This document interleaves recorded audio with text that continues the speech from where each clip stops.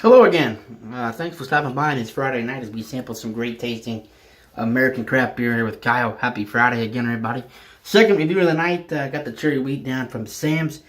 Now I got one that I have not had, which is again surprising from a great brewer. And one that's actually past its prime, and I'm wondering how it's going to hold up. And that's how I'm going to go with the grading. It's from the Bell's Brewing Company. I picked this up in that 4-pack yesterday.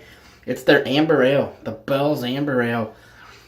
This one is well past the date of what it should be, and we're going to see how it tastes. Amber Ales, the Conway's Irish yesterday was about a month past, and it still had some nice flavors I don't think were lacking. It says, this beer, the beer that helped build our brewery, Bell's Amber Ale, features both toasted and sweet caramel notes from carefully selected malts balanced with herbal and citrus hop aromas.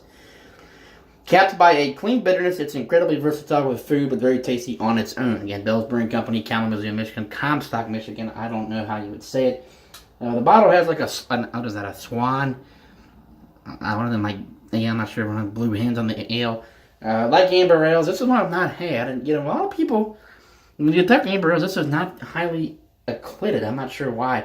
This was packaged on July 5th of last year. Now, I bought this at Meyer. Again, it's not even a year, it's not quite a year old, but July's what, 9 months? So this is 3 months to yesterday past its prime.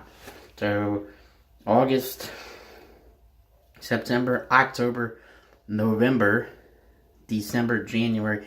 We're 3 months past the prime on this.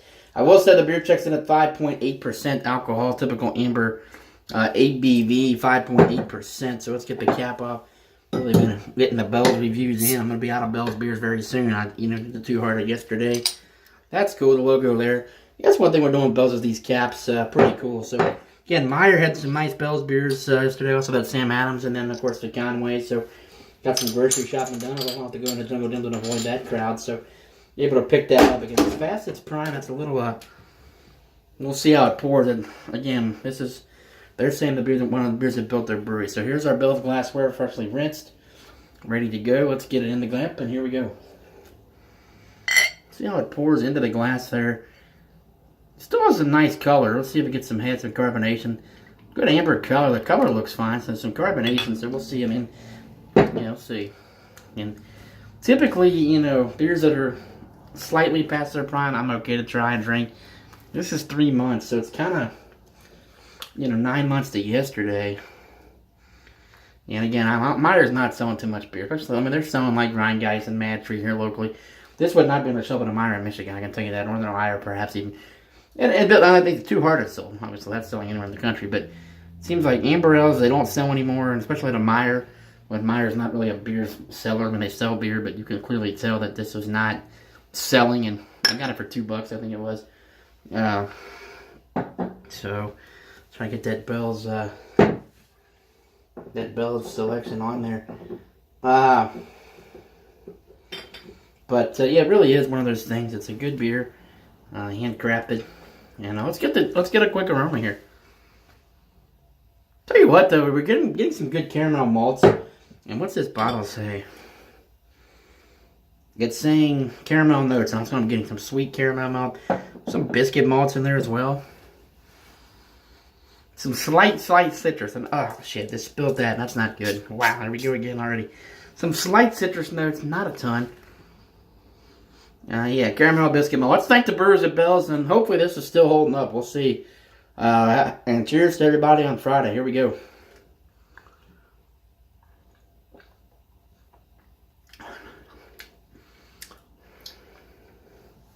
Yeah, I'm not going to say it's a waste.